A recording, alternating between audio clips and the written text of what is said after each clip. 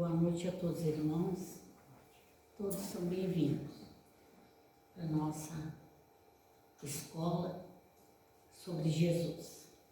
Então, para nós nos preparar para a doutrinária e a explanação da parte do Evangelho da noite de hoje, buscando a nossa harmonização interior, eu vou ler a mensagem do dia de hoje, do livro Sabedoria Todo Dia, que nos diz o seguinte: a fé, a força interior, se transforma naquilo de que você mais precisa.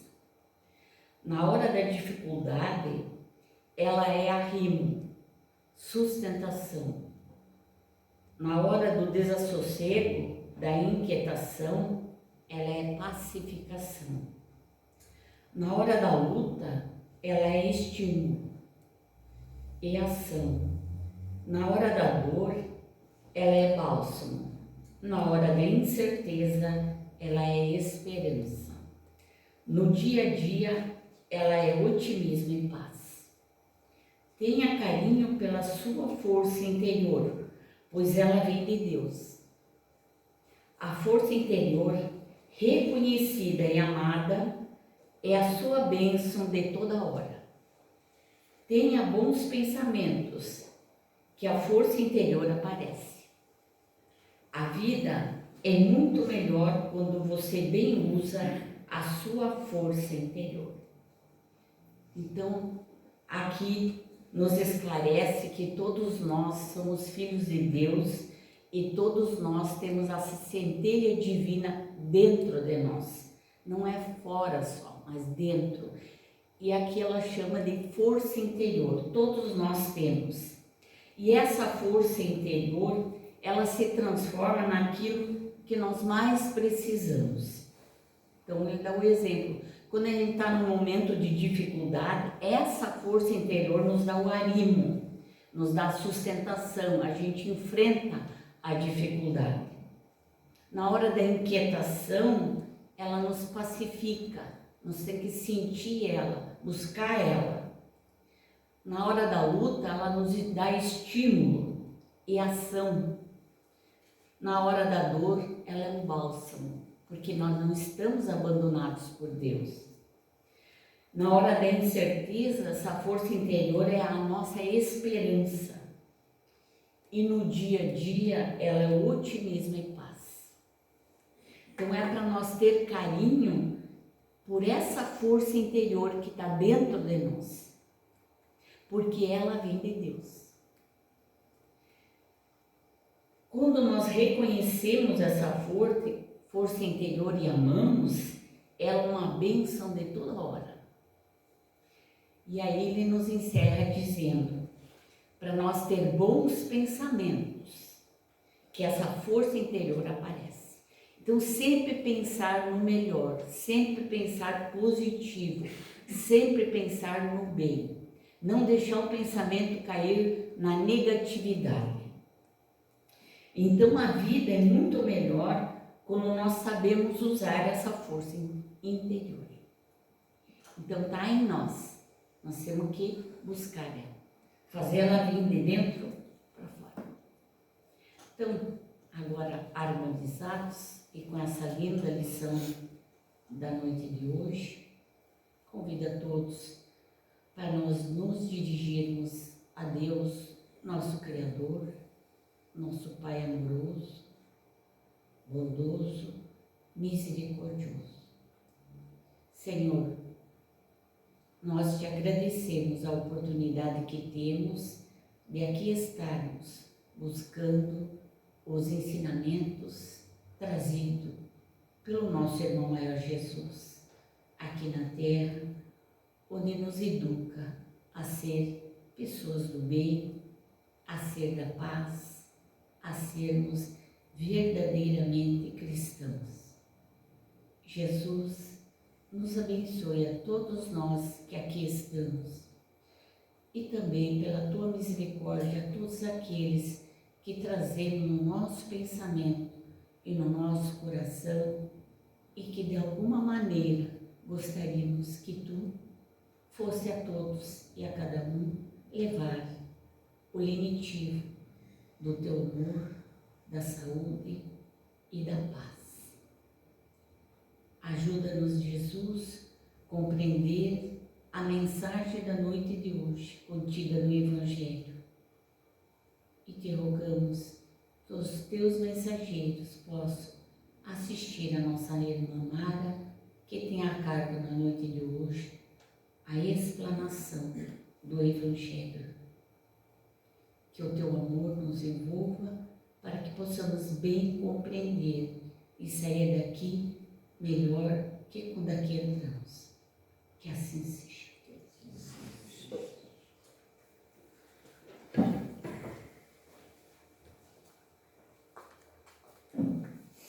Uma boa noite a todos os irmãos aqui presentes, encarnados e desencarnados, e que a gente possa ter um evangelho que a gente possa entender, né?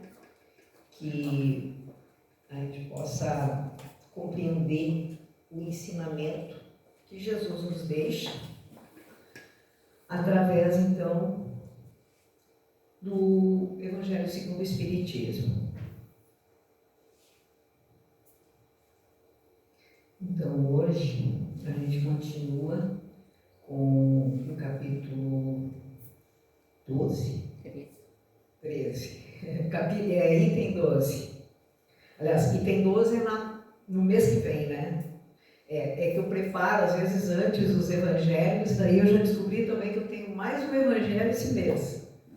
Mas a gente vai fazer tranquilamente, porque a gente sempre tem a ajuda dos benfeitores amigos, que eles nos intuem, eles nos ajudam. Hoje é o capítulo 13, itens 7 e 8. E a gente vai trazer, então, continuando, né, com esse capítulo 13, que a mão esquerda não saiba o que dá a vossa mão direita.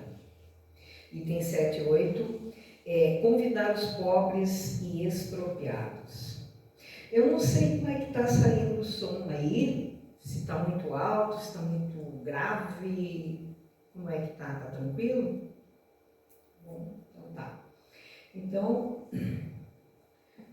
nós vamos então começar o Evangelho de hoje falando na mensagem no item 7, que nos diz assim, de Lucas, capítulo 14, versículos de 12 a 15. E essa passagem nos diz assim: dizia mais ainda ao que tinha convidado: quando deres algum jantar ou alguma ceia, não chames nem teus amigos, nem teus irmãos, nem teus parentes, nem teus vizinhos que forem ricos, para que não aconteça que também eles te convidem à sua vez e te paguem com isso. Mas quando deres algum banquete, convida os pobres, os aleijados, os coxos e os cegos, e serás bem-aventurado, porque esses não têm com o que te retribuir, mas ser-te-á isso retribuído na ressurreição dos justos. Tendo ouvido estas coisas, essas palavras, um dos que estavam à mesa disse para Jesus: bem-aventurados o que comer o pão no reino de Deus. Bem, essa passagem de Lucas, ela é bastante complexa para... Você pensa, poxa, não posso convidar um parente, não posso convidar um amigo que tenha dinheiro, porque eu tenho que convidar um mendigo, eu tenho que convidar um cego, expropriado, né? O que Jesus quis dizer com essas palavras da mensagem de Lucas? Bem, o Evangelho diz assim no item 8: quando fizeres um banquete, disse Jesus, não convides os teus amigos, mas os pobres expropriados. Então, essas palavras absurdas, né, se a tomarmos ao pé da letra, porque a gente sabe, a letra mata, o espírito vivifica. Ou seja, se você levar ao pé da letra, você de repente vai estar interpretando não exatamente aquilo que Jesus quis dizer na interpretação. E é a interpretação que nós devemos fazer que é o que realmente vale, né? Então, essas palavras absurdas, se a tomarmos ao pé da letra, são sublimes quando procuramos entender-lhes o espírito, ou seja, quando a gente interpreta elas de forma correta. Jesus não poderia ter querido dizer que, em lugar dos amigos, né, fosse necessário reunir à mesa os mendigos de rua. Sua linguagem sempre foi, né, a linguagem de Jesus. A gente tem que saber interpretar ela, porque a linguagem de Jesus, ela sempre foi figurada, né? Ele usava exemplos da época dele para que as pessoas pudessem entender. E para os homens incapazes de compreender os tons mais delicados do pensamento, ele precisava usar de imagens fortes. É o que acontece nesse texto de Lucas aqui, né? Que Jesus usa uma expressão: não convide teus amigos que têm dinheiro, que são ricos, convide aqueles que não vão poder te pagar. Mas daí vem a ideia que Jesus quis dizer. Não é não convidar, eu posso convidar a pessoa que eu tiver vontade de convidar, meus amigos, minha família, pessoas que eu gosto, pessoas que eu tenho afinidade, mas o que ele coloca aqui?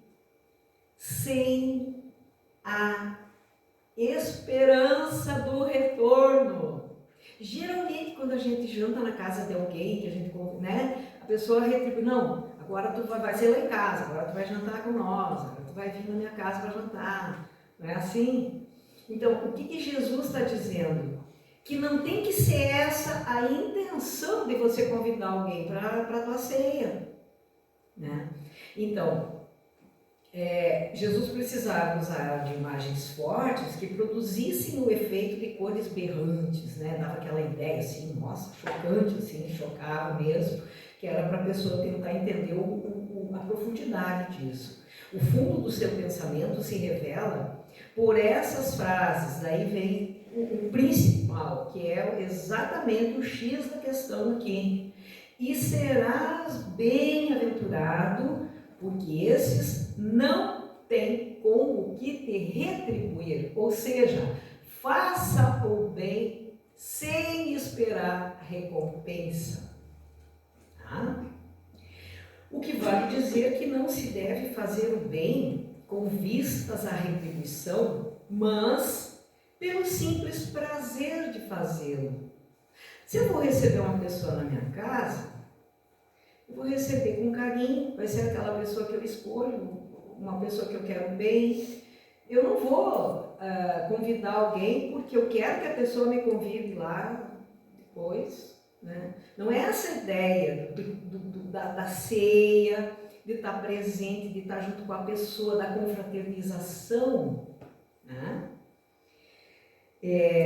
Continuando, o Evangelho diz assim: para tornar clara a comparação, disse: convida os pobres para o teu banquete, pois sabes que eles não podem te retribuir. Então, aí está a ideia, né? E por banquete é necessário entender não propriamente a refeição, mas a participação na abundância daquilo que desfrutas. Então, quer dizer, não precisa ser exatamente um jantar, um almoço, uma festa, né? Pode ser alguém que, né, você dá um prato de comida, dá uma roupa que você quer agradar a pessoa, dá um presente para a pessoa, uma coisa assim, sem esperar a retribuição. Essa é a ideia, né? E dá daquilo que a gente geralmente dá aquilo que sobra, né? Aí tem aquela história do óbolo da viúva, que a Vera apresentou a semana passada, que fala exatamente assim, ó, que quando a viúva, naquela época, as viúvas não tinham... hoje em dia as viúvas estão muito melhores em termos econômicos, né, financeiros e tal, mas naquela época a pessoa ficava viúva, ela não tinha muitos recursos, né? Ela não tinha quem ajudasse, que ela pudesse contribuir, e aí o óbolo da viúva, né, ela deu 2 moedinhas, enquanto que o rico lá deu um pacotão cheio de moedas e dinheiro que para ele não fez falta, mas para a viúva fez. Aquelas 2 moedinhas que ela deu, fez falta. Então, a gente geralmente, tu dá aquilo que está sobrando na tua casa, tu não dá aquilo que vai te fazer falta. E a verdadeira caridade, a maior caridade que se faz, é aquela, como eu vi uma vez uma frase que diz assim, hoje eu ganhei meu dia, eu vi 2 mendigos dividindo um pedaço de pão. Então, de repente, essa é a caridade. Né? É você dar, muitas vezes, aquilo que de repente vai te fazer falta. E a gente, às vezes, nem aquilo que está sobrando, a gente às vezes tem a roupa, o guarda-roupa cheio de roupa, e aí, não, mas essa aqui eu vou usar tal dia, de repente eu vou usar, eu gosto dessa aqui, eu não vou dar essa. E aí vai ficando, vai enchendo os teus armários, né?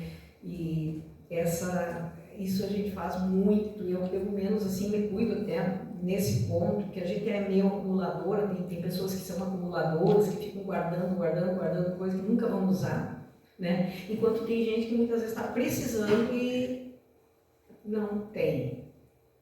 Então a gente tem que procurar pensar um pouquinho mais no outro, né? E tentar dar pelo menos aquilo que está sobrando, se a gente não puder dar aquilo que vai nos fazer falta também. Então ali no óbolo da viúva eu achei muito interessante, porque é bem real, né? Ela está dando aquilo que vai fazer falta para ela, aquilo que foi a maior caridade do que o cara rico que deu aquela sacolada de dinheiro. Então, essas palavras de Jesus, elas podem também ser aplicadas em sentido mais literal. Quantas pessoas, né, que só convidam para a sua mesa os que podem, como dizem, honrá-los ou retribuir-lhes o convite. Né? A pessoa que é mais abastada, tal, enfim. Então, outros, pelo contrário, ficam satisfeitos de receber parentes ou amigos menos afortunados, né? Que todos nós possuímos parentes menos afortunados. E aí é que entra também a maneira de ajudá-los disfarçadamente. Sem opulência, né? Sem você demonstrar que você está ajudando, que você convidou porque você quer ostentar. Não, sem ostentação. Né? Essa é, por vezes, a maneira de ajudá-los disfarçadamente. Esses, sem ir buscar os cegos e os expropriados, praticam a máxima de Jesus, se o fazem, né? Por benevolência. Esse é o sentido. Tudo que eu for fazer para alguém, não é dar uma esmola, simplesmente atirar uma moeda, não. O que eu puder fazer por alguém, eu tenho que fazer de coração. Não para mostrar para os outros que a mão esquerda não saiba o que dá a mão direita. Né?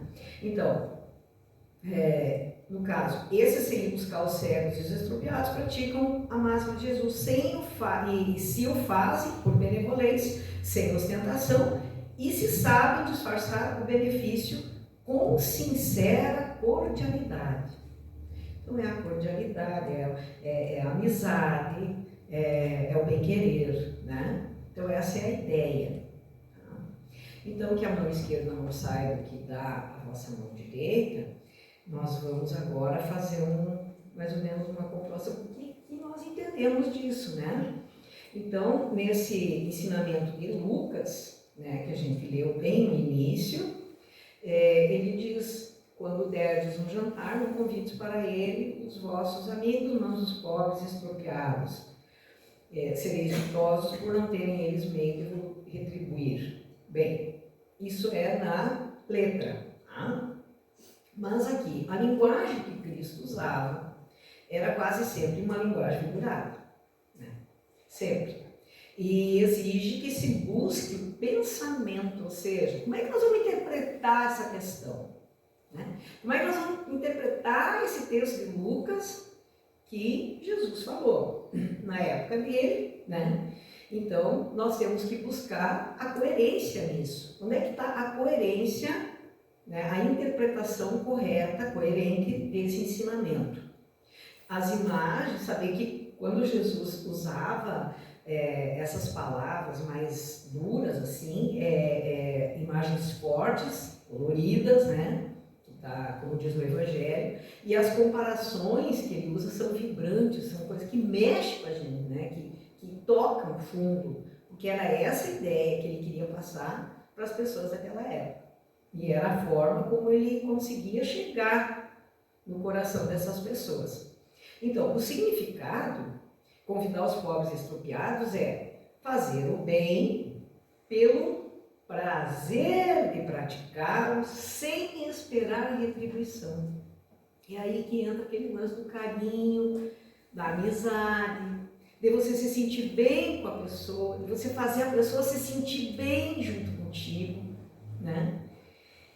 E convidar para um jantar, no caso, convide a participação dos bens que desfrutamos. Quando a gente convida alguém para visitar a gente quer oferecer o melhor para a pessoa. A gente quer que a pessoa se sinta à vontade, se sinta feliz na companhia da gente. O jantar é a desculpa, como se diz, né? A ideia é confraternizar, é estar junto, é estar perto, é poder conversar, trocar uma ideia, né? Então, convidemos e auxiliemos para aqui que ele diz no Evangelho. Então, eu não preciso botar um mendigo de repente na minha mesa, eu posso dar um prato de comida para ele, lá na área da minha casa, sentar com ele, conversar com ele, eu não preciso botar ele num jantar com a família e tal. Né? Isso aí depende de cada um também. Então, aí ele nos dá a ideia no Evangelho da gente convidar parentes menos afortunados, né? Então convidemos e auxiliemos parentes e amigos que necessitam da nossa ajuda moral ou material. Às vezes uma pessoa, não só material, né? Às vezes uma pessoa, um amigo está com problema. Aí essa pessoa te procura, coloca ali, expõe o problema dela, confia em ti, sabe que ela de repente está precisando de uma ajuda, de uma conversa, de um diálogo, de uma força. Aí ela te escolheu, você pode convidar ela para um jantar, pode convidar ela para ir na tua casa, para tomar um chimarrão, para conversar. Quer dizer, isso também não é só bens materiais que a gente pode doar. Então, nesse sentido também Jesus se referia, né? Então, podemos convidar parentes e amigos que necessitam da nossa ajuda moral ou material. Inclui tudo, né? E o entendimento, então, é bom reunir parentes. Quem é que não gosta de reunir a casa cheia de pessoas que a gente quer bem, sangue, né? Aquela coisa, os parentes da gente, pessoas que a gente quer bem, amigos, vizinhos, em reuniões festivas, jantares e almoços. E Jesus não pediria que esses convidados fossem substituídos pelos mendigos de rua. Então a expressão que Jesus não convide parentes, vizinhos, né? Pessoas que têm dinheiro. Não, Jesus, ele quis dizer que nós não devemos substituir os amigos pelos mendigos de rua, enfim. Tá? Ensina, o que Jesus quis ensinar para nós é que o verdadeiro ato de bem a outros é sempre o realizado sem esperar retribuição, sem interesse de obter vantagens. Ah, mas eu vou convidar o fulano porque agora ele é presidente de tal coisa, de tal empresa, e eu quero um emprego, né? Então eu vou convidar o fulano para jantar na minha casa, porque, quer dizer, eu não estou fazendo um convite sincero para um amigo, né? Eu estou de olho naquilo que ele pode me oferecer, naquilo que ele pode me assegurar para mim, para o meu conforto. Não é isso, não é assim que a banda toca. Nós temos que pensar que toda vez que a gente fizer um convite, e daí tem pessoas também que a gente vê assim, mas eu convidei, eu acho que a pessoa já veio jantar aqui umas 3, 4 vezes e nunca me convidou para jantar na casa dela. Então, a gente já vê muito, às vezes, pessoas dizem isso, né? E a ideia não é essa, né? A ideia é que, poxa, foi legal eu jantar na casa do fulano, foi legal o fulano jantar na minha casa, ele ficou feliz, ele se sentiu bem na minha casa, ele se sentiu, então é isso que importa. Não é que ele vá ter que te convidar porque tu convidou, porque... Não tem isso, né? Geralmente as pessoas se sentem, às vezes, aquele que foi convidado, às vezes sente na obrigação de convidar o outro porque o outro convidou. E não é assim. Não tem que ser assim, né? Então, sem interesse em obter vantagens, né? E Kardec lembra que receber parentes e amigos menos afortunados é uma forma de ajudá-los com benevolência, com amizade, sem ostentação, né? Não vai chegar o parente pobre na tua casa e você também pobre, mas querendo dar uma de milionário lá e começar a agir com ostentação, com luxúria. Não é assim. É aquela coisa da pessoa se sentir à vontade contigo. Essa é a ideia. Tá? Então, com benevolência, ostentação, lembrando sempre mais dos que têm necessidades maiores, e que a palavra banquete, aqui é muito importante também que a gente preste atenção. Ó. A palavra banquete pode significar também participação na abundância de que desfrutas. Não necessariamente você convidar a pessoa para jantar na tua casa, almoçar, enfim. Pode dar um presente, dar alguma coisa para ela, né? Que você tenha em abundância, que você possa ajudar a pessoa. A pessoa está com uma roupa ali, ela não tem roupa, ela não tem calçado, enfim, você tem, por que não doar, né? Então, e o convite que Jesus nos faz, não era apenas, ele faz aqui, o convite era apenas para festas, aí não era apenas para festas, é para qualquer situação em que nos deparamos com irmãos em dificuldades materiais ou morais, espirituais, enfim. Né? A pessoa precisa de um amigo, precisa conversar. Então, o convite é para que tenhamos benevolência e indulgência sem esperar retribuição. Esse é todo o contexto desse texto de hoje. Então, é para que saibamos também reconhecer o valor da humildade, aplicando-a em nossos corações. Jesus foi o maior exemplo de humildade que já pisou na terra. E a questão, bom, eu não lembro o número, não guardo muito isso, mas enfim, tem uma questão do Evangelho, que eu acho que é uma das mais importantes do Evangelho, diz assim: qual o modelo a ser seguido na terra? Qual o melhor modelo a ser seguido na terra? Os Espíritos de Luz respondem Kardec: Jesus. Só isso. É a pessoa mais humilde que pisou na terra, foi Jesus. Ele foi o maior exemplo de humildade, de benevolência, de amor e tudo que a gente imagina de caridade, de coisas boas, de perdão, de benevolência, indulgência, enfim, é Jesus. Esse é o maior exemplo que nós temos que seguir. E quando nós conseguirmos seguir Jesus, porque a gente ainda está longe disso, quando a gente pensa assim, pô, Jesus estava sendo crucificado lá, indo para o Calvário e torturado, né? Sofrendo o que deu para sofrer, que ninguém de repente conseguiria aguentar, e ele foi lá, e na hora que ele estava quase morrendo, ele teve força para dizer: Pai, perdoa os ignorantes, eles não sabem o que fazem. Ele pediu perdão por nós que estava lá fazendo toda essa... Né? Aí quando a gente pensa nisso, meu Deus do céu, aí a gente pensa: como eu estou longe de Jesus ainda, meu Deus. Então eu tenho que fazer minha reforma íntima. Porque Deus, quando nos criou, Ele nos criou para nós sermos espíritos puros, para nós termos a parte intelectual totalmente desenvolvida e a parte moral totalmente desenvolvida. A gente pega fácil a parte intelectual e a gente vai aprendendo, né? Todo mundo, há um tempo atrás, não existia nem luz elétrica, vamos voltar lá atrás, né? Depois aí começou a surgir a eletricidade, depois a televisão, o rádio, a televisão, tudo. Hoje nós temos um computador na nossa mão ali que a gente fala com o Japão a hora que quer, né? Então, a parte intelectual, a gente tá, beleza, estamos conseguindo ir, né? Agora, a parte moral, essa é a reforma íntima, não adianta. Nós temos que fazer nossa reforma íntima, senão nós não vamos para o céu. O que é o céu? O céu é o mundo dos espíritos puros, que é um dia todos nós. Pode ser o maior assassino, o maior bandido. Ele vai para o céu, ele vai para o mundo dos espíritos puros. Por quê? Porque o caminho é esse, ele não vai poder fugir da raia, ele vai ter que aprender, ele vai ter que fazer a reforma íntima dele, leve quanto tempo tiver que levar. Nós vamos chegar lá. Mas para isso, se nós quisermos ir logo, nós vamos ter que acelerar o passo e fazer nossa reforma íntima. Tá? Então, para que saibamos reconhecer o valor da humildade, aplicando-a em nossos corações. Esse é o convite de Jesus. A humildade.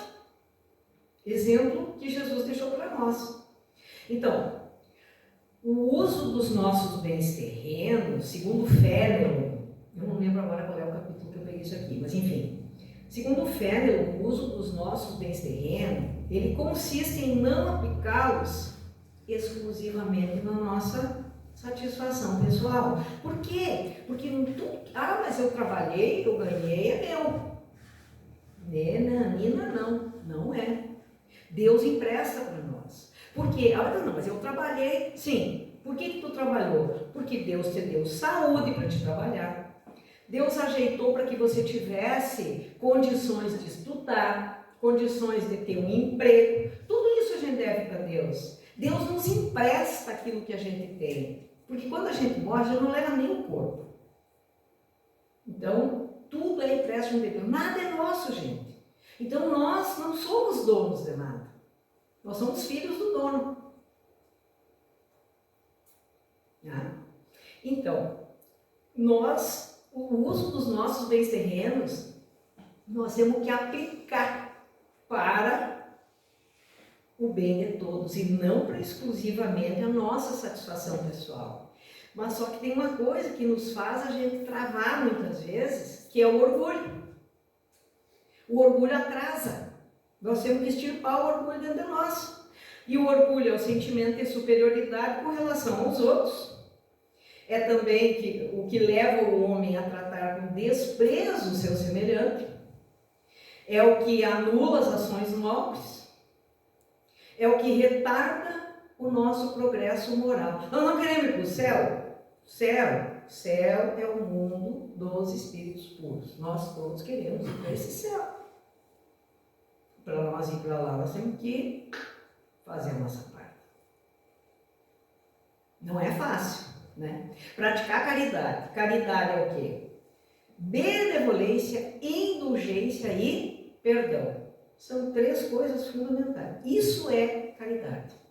Tá? São 3 palavrinhas mágicas que resumem e que definem a caridade. Benevolência, indulgência e perdão. Se nós não somos, se nós não praticamos, né, a benevolência, se nós não entendemos o próximo, se nós tratamos mal o próximo, se nós não respeitamos a opinião do próximo, se nós não respeitamos a forma que o próximo age, ele pode estar errado, mas é um direito dele. Isso é benevolência. É eu respeitar ele, eu aceitar ele. Claro que se eu for amiga dele, eu posso ajudar ele a se melhorar, dar uns conselhos bons para ele, mas tudo com um jeitinho. Não sair falando dele, porque o fulano é isso, é aquilo, é aquele outro. Aí não tem benevolência nenhuma nesse povo, né? Indulgência. Indulgência é dentro do doçura. É ser doce, é ser amigo, é ter amizade, é ter carinho pela pessoa, é ter respeito, é ter indulgência, ser indulgente com o erro do outro. E perdão, então, é perdoar, que é das 3 formas de caridade, a mais difícil é o perdão, né? A gente muitas vezes tem dificuldade de perdoar. Mas aí tem aquele cara que diz, eu não perdoo nunca. E ele se acha o tal, né? Porque ele não vai perdoar. Ele está sendo mais errado do que o cara que errou com ele. Porque Tu dizer, nunca mais vou perdoar. Você está sendo egoísta, orgulhoso e com ódio no coração. Seguiu o exemplo de Jesus? Não. Porque se Jesus perdoou aqueles que estavam crucificando ele, pô. Então, quem somos nós para não perdoar, gente? Bom, então, o orgulho retarda o progresso moral e a humildade, que é o exemplo que Jesus deixou para nós, é uma virtude que nivela os homens. Coloca nós todos no mesmo padrão vibratório, no mesmo plano, tá? Dentro da Terra. No mesmo plano, todos os homens nivelados. Ninguém é mais ou melhor do que ninguém. Deus nos criou todos espíritos simples e ignorantes. A gente vai evoluindo à medida que o tempo vai passando e as encarnações vão tendo, a gente vai tendo a chance de reencarnar para nos melhorar. Bom, então, a humildade é uma virtude que nivela os homens, faz com que todos se sintam irmãos, porque nós somos irmãos. Ah, mas eu não gosto do fulano. Aprenda a gostar, porque é teu irmão, cara. Né? Conduz ao auxílio mútuo. A humildade conduz ao auxílio mútuo. Eu quero ajuda, mas eu preciso ajudar também. Eu não vou me encostar para ganhar ajuda, receber ajuda e não fazer nada por ninguém. Eu quero que Deus me ajude, quero, mas então eu tenho que ajudar o outro também. Induz ao bem, né? No momento que eu sou humilde, eu vou procurar fazer o bem para os outros. E eleva moralmente. Tudo isso a humildade faz. Então nós, como cristãos, a nossa tarefa consiste em observar e acompanhar os efeitos danosos do egoísmo. Cada um de nós fazer a nossa parte. Nos conhecer. Nos conhecer não é fácil, né? A gente não se conhece. Às vezes o outro conhece mais a gente que a gente. Porque a gente às vezes não para pensar, né? Em como a gente agiria em determinada situação. Muitas vezes a gente estranha como que a gente agiu em determinada situação. Porque a gente tem que ser vigilante. E ser vigilante, às vezes a gente se distrai e não vigia. E faz bobagem. Olha, a vigilância não é fácil, gente. Mas nós precisamos nos conhecer. Então nós temos que aprender como nós somos. E ter vigilância na hora de agir. Principalmente no trânsito. A gente se envenena muitas vezes, o cara cortou a frente, né? E olha que isso aí pode levar até a coisas bem complicadas, né? E não só, né, o que acontece de ruim nessa vida aqui, gente, olha, vai para adiante. Esse que é o problema, né? Então, como cristãos, a nossa tarefa consiste em observar e acompanhar os efeitos danosos do egoísmo. Nós temos que parar de ser egoísta. Temos que nos vigiar. Estudar ajuda pra caramba. Compreender. Nos esforçando para praticar os ensinamentos de Jesus. E os ensinamentos de Jesus é a melhor faculdade que a gente pode fazer. Né? Seguir esses ensinamentos. Fazer todo o bem que pudermos desinteressadamente, como o Evangelho nos coloca. Essa é a grande questão. E Jesus nos mostra que a caridade, ela não é privilégio somente dos encarnados. Tá? Isso aqui para nós médiuns, numa casa espírita, é muito importante que a gente pense nisso. Não é privilégio somente dos encarnados. Jesus também se referia aos espíritos sofredores, para os quais certamente devemos estender nossas mãos e ajudá-los através das nossas orações. Aí tem igrejas que dizem assim, não, mas a gente não pode rezar porque a pessoa já morreu, não, daí tu atrai, tu chama a pessoa quando está rezando. Não. Eu garanto para vocês, eu rezo para os desencarnados, eu cito o nome de desencarnados, pessoas que já foram, que partiram, porque eu sei que eles vivem, eles desencarnados, quer dizer, eles saíram da carne, mas eles continuam vivos e eles precisam da nossa ajuda, das nossas orações. Então, é importante que a gente ore por aqueles que já se foram, que partiram antes de nós. Muito importante. Através das nossas orações. Então, quando fala em caridade, não é só aqui, eu vou fazer caridade para o fulano lá que está necessitado. Claro, é importante. Vou fazer para o encarnado? Vou. Mas eu tenho que lembrar também dos desencarnados, principalmente nas minhas orações. Né? E se a gente é médium numa casa espírita, a gente vai atender os desencarnados que chegam numa sessão mediúnica, e essa sessão mediúnica, ela não é simplesmente, eu vou ser médium, então eu já vou participar. Não. Eu levei 2 anos na minha primeira atividade mediúnica aqui da casa e depois parei um tempo, uma temporada, meu pai ficou doente e tal, enfim. Eu retornei e nesse retorno eu estudei mais 2 anos para poder voltar a ser médium para casa. E a vigilância. Eu não posso sair daqui assim, indo para a rua e incorporando, não. Não é assim que a banda toca, né? Tá? O médium ele tem que ter um controle, ele tem que estar muito ligado, ele tem que ter a disciplina. A disciplina, muito bem, obrigada. A disciplina, né? A disciplina e a disciplina. Segundo Emmanuel disse para o Chico Xavier. E a vigilância, essa é a disciplina. Através da nossa vigilância, sermos disciplinados. Então, Jesus também se referia aos espíritos, né, desencarnados, que a gente tem que fazer orações também para os espíritos encarnados. E não é privilégio somente dos encarnados. Eu botei de novo aqui, tá bom? Eu botei. Tá.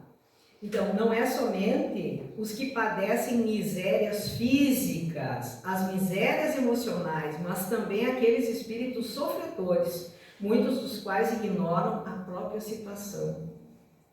Tem muitos espíritos que nem sonham que desencarnaram, acham que ainda estão vivos. Então, por isso que a gente tem que pedir assim, que Deus coloque eles no caminho da luz, do amor, da paz, que eles possam ser auxiliados, que eles possam despertar e que nesse despertar eles consigam entender a situação deles e serem ajudados pelos espíritos de luz, né? Que daí eles vão conseguir chegar num lugar onde eles possam ser atendidos, recebidos, auxiliados, porque o mundo de lá ele é parecido com o nosso, quer dizer, o mundo de lá não é parecido com o nosso, o nosso que é parecido com o deles lá. Lá tem hospitais, tem escolas, tem tudo que tem aqui tem lá. Muito mais lá ainda do que aqui. Porque aqui a gente teve a intuição daquilo que tu trouxe de lá já, de alguma forma, e que montou aqui materialmente, lá é fluídico. Mas isso é um outro momento. Então, Jesus deixou bem clara a necessidade da caridade a fim de que os homens soubessem como deveriam progredir na sua caminhada evolutiva em direção à perfeição e à felicidade. De que forma? Ele ensinou que a chave para o entendimento do texto de Lucas, né, esse texto que nós vimos no início do Evangelho de hoje, está na frase: e serás bem-aventurado, porque esses não têm com que te retribuir. Ideia-chave do texto. Jesus prega o desinteresse pessoal na ação de fazer o bem. Simples assim. E aí, então, a gente agradece a Deus e a Jesus e aos Espíritos de luz que nos intuem, que nos assistem, que nos dão a oportunidade de a gente trazer o Evangelho, né? Para nós que somos os primeiros a ser auxiliados aqui, nós que, né, transmitimos o Evangelho. Então, que Deus continue nos abençoando, nos protegendo e nos auxiliando sempre, para que a gente possa trazer cada vez mais as mensagens para todos. E, principalmente, que a gente consiga também absorver tudo isso que é importante. Que assim seja. Agradecemos a irmã Mara pela explanação do Evangelho. Então, em resumo, Jesus nos convida a fazer o bem sem esperar nada em troca. Né? Então, hoje a gente estuda a doutrina espírita, sabe que a caridade pode ser pelo pensamento, uma oração a alguma pessoa, pelas palavras no bom conselho, pela ação de visitar um doente ou um trabalho manual, e também a caridade material em auxiliar alguém quando está com fome ou frio. Então é bem amplo.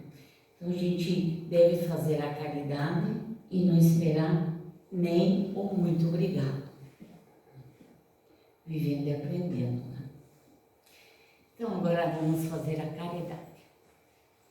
Vamos pensar nas pessoas que a gente traz no coração, no pensamento, e rogar a Deus que abençoe elas, aonde estiver, no plano espiritual ou no plano físico conosco.